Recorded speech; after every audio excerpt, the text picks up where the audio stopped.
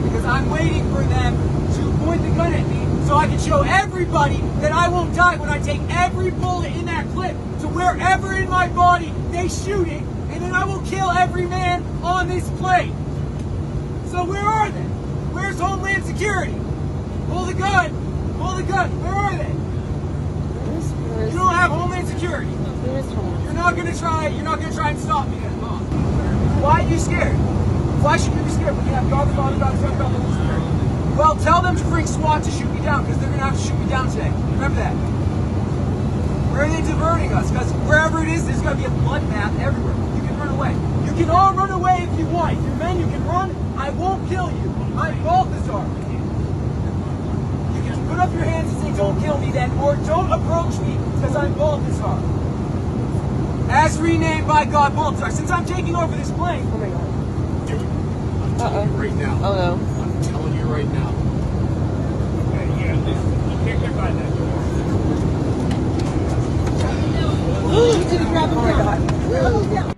Boom! Tactical protection review. Learn protection strategies from a protection professional. In this flight to Boston, a mentally deranged individual calls himself Balthazar stabs a flight attendant in the neck with a spoon. This is the reality of the world we live in. Personal protection is your responsibility. Personal protection is something that you may have to figure out how to do for you, your family, and everyone around you at a moment's notice. Let's look at this situation and let's see what we can do in these scenarios to be able to keep ourselves and our families safe. You know, the reality is that violence is a tool that can be used to take life and save life. If someone around you starts to manifest like this in your environment, showing that they are willing to do violence for the wrong reasons, what do you do? When do you act? How do you act? The key to navigating these scenarios effectively, I talk all the time about the building blocks of personal safety, right? Context, tactical positioning, rolling risk assessment, right? And then have a plan. You need to think through these scenarios before they happen, right?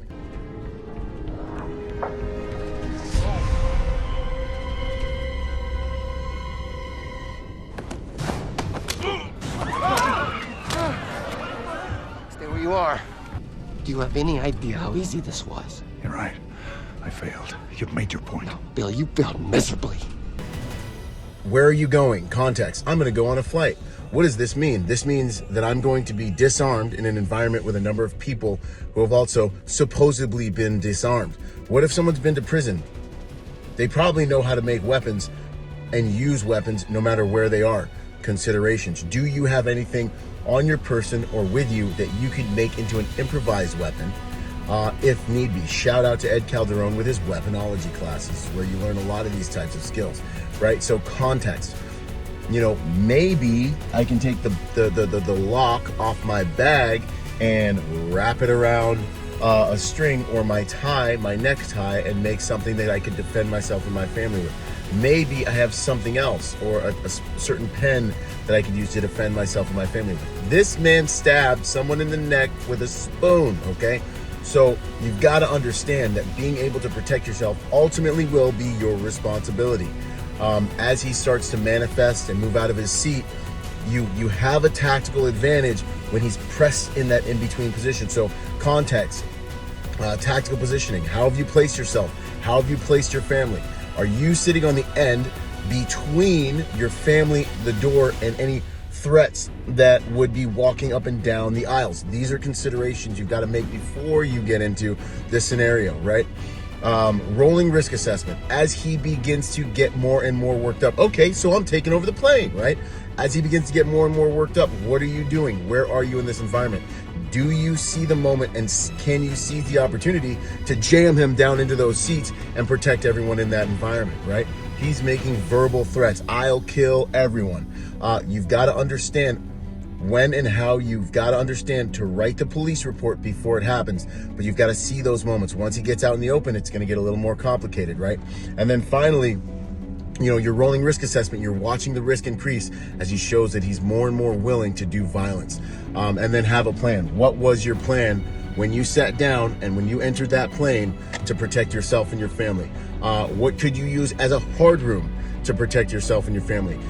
Can you lock your loved ones in the bathroom? Stand in front of the bathroom, protect them. If maybe you're not the person who's there with a physical potency necessary to win a physical altercation. Maybe you're the mom and your husband has to go fight to make sure you guys make it through the flight. Maybe you take the kids and lock them in the bathroom and stand in front of the bathroom, or stand inside the bathroom and push it so it can't be opened until things are clear. These are things that you need to be talking about with your family as you move through different scenarios and environments and situations in this life. Something like this can happen anywhere that there are other humans. Have you been in that environment, creating a safe environment by being the type of person that people know is a positive influence in that environment? When I walk into these environments, I'm looking people in the eyes. I'm saying good morning. Half of them are intimidated or scared of me because I'm a big black guy with tattoos. But I'm being nice. I'm letting everyone know that I'm a good guy constantly. I'm socially engineering an environment that's going to give me some type of moral high ground if I have to step in and protect, right? These are considerations, right? I'm helping the little old lady put her bag in the overhead bin. I'm looking around me for things I can use as a weapon of opportunity if I need to use the tool of violence in order to save lives. These are considerations for environments where the corporate structures that have dominion disarm you and take on your security as their responsibility, even though they generally aren't able to deliver on that as you go into these environments. And anytime you go into an environment where a corporate structure will not allow you to protect yourself, you need to be hyper aware and consider bringing other items with you that you can then use to protect yourself if your life depends on it. And while this man just seems crazy, no one knows what he's smuggled in or is prepared to do. These are just a few considerations.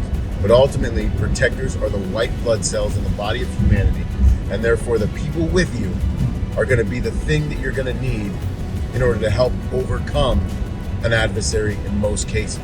But you can't plan on them being there to support you. And therefore, that's why we train, so we're strong enough to face the enemy on any given day when it becomes necessary. Good people are the white blood cells in the body of humanity. But boom, it's finally here. Go to protectornation.com to join the Protector Nation community.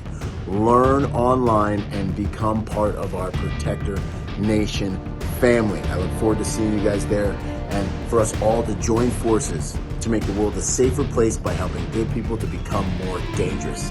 I'll see you there, and until then, be peaceful but not harmless.